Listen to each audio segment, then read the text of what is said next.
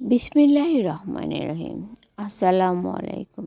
সুপ্রিয় দর্শক, দিরেন কুকিং কটেজে সকলকে সাদর অভিনন্দন। আশা করি নিশ্চয়ই সকলে ভালো আছেন।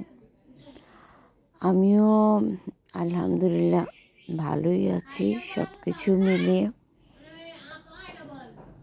তারপর কে কোথা থেকে দেখছেন, কার মাহে রমজান কীরকম কাটলো অবশ্যই বলবেন। আর আজকের এই সুন্দর সুন্দর কাঁচা মরিচ দিয়ে পাবদা মাছের একটা সহজ রেসিপি দেখাবো। আর এই ছোট ছোট মাছ আসলে কম বেশি সকলের কাছে ভালো লাগে, আর এগুলো খেতে ভালোবাসে না এরকম মানুষ খুব কমই আছে।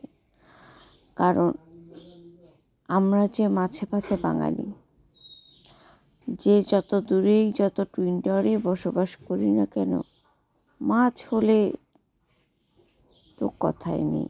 আর সাথে যদি থাকে গাছের মিষ্টি মিষ্টি কাঁচা লঙ্কা, উফ! কাদের বাড়িতে কাঁচা লঙ্কার গাছ আছে অবশ্যই বলবেন। আর হ্যাঁ, নতুন দর্শক হয়ে থাকলে অবশ্যই চ্যানেলটি সাবস্ক্রাইব করবেন। আর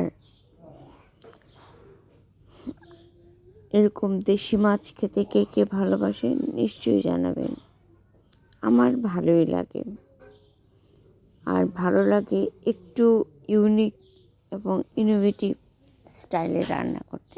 একই রান্না কিন্তু একটু যদি এদিক সেদিক করে খাই তখন সেটা বেশ ভালো লাগে। তো চলুন, let's start our delicious journey with Rain Cooking Cottage. আর এটা ছিল আমাদের একটা কাঁচা লঙ্কার গাছ। অন্যের গাছের কাঁচা লঙ্কা থেকে না থাকে, নিজের বাড়িতে যদি একটা ছোট্ট কাঁচা লঙ্কার গাছ থাকে, মন্দ কি নয়, তাই না? আর এটা একটা চাপিলা মাছের রেসিপি আমার চ্যানেলে দেওয়া আছে, আপনারা চাইলে দেখে নিতে পারেন। কেমন বেশ সুস্বাদু এবং খুবই কম ঝামেলার। আর এই যে আমার আজকে রান্নার স্পেশাল প্রিন্সেস পাবদা মাছ নিয়েছি। এখানে রাঁধুনি বাটা, পোস্ত বাটা, লবণ আর লঙ্কা গুঁড়ো, হলুদ গুঁড়ো কেমন দিয়ে এটা একটা পেস্ট করে নিয়েছি। আর এই দেখুন, হলুদ, লবণ, আর আমি কিন্তু একটু তেলও মেখে নিয়েছি। আর এই ধরনের আঁশ ছাড়া মাছে কিন্তু একটু তেল দিয়ে নেবেন ভাজার সময়, তাহলে কিন্তু মাছটা ভাজার সময় তেল ছিটে আসে না। যদিও আমি তো ক্যামেরা হাতে শ্যুট করছি, তা আসলে এখন ওই যে মশলার পেস্টটা দিয়ে দেব। আর এটা কিন্তু পেঁয়াজ ছাড়া, বলতে পারেন এটা কি হিন্দু স্টাইল,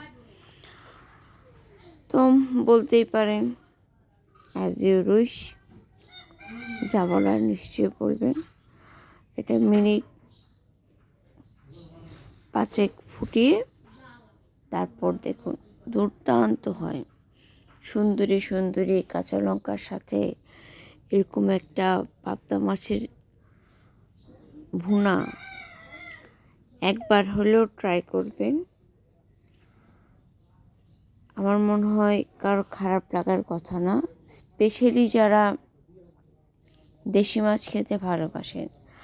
আসলে অনেকেই মুখে মুখে বলে যে আরবান লাইফ, মডার্ন লাইফ, এই লাইফ সেই লাইফ, কিন্তু ওই যে বলে না যে কাক যতই ময়ূরের পাখা লাগা, কাক কিন্তু কাকে থাকে। তো আমরা যতই আরবান লাইফের লেবাস গায়ে মাখি না কেন, আমরা সেই ঘুরে ফিরে মাছে ভাতে বাঙালি। যতই দূরে যাই, সেই গ্রাম বাংলার আবহাওয়া আমাদের যেন তাড়া করে। একবার হলো আমরা গ্রামে ছুটে আসি। ছোট মাছ, ছোট গ্রাম, হ্যাঁ, এই যে এই সৌন্দর্য, এগুলো যেন আমরা ছাড়তে পারি না।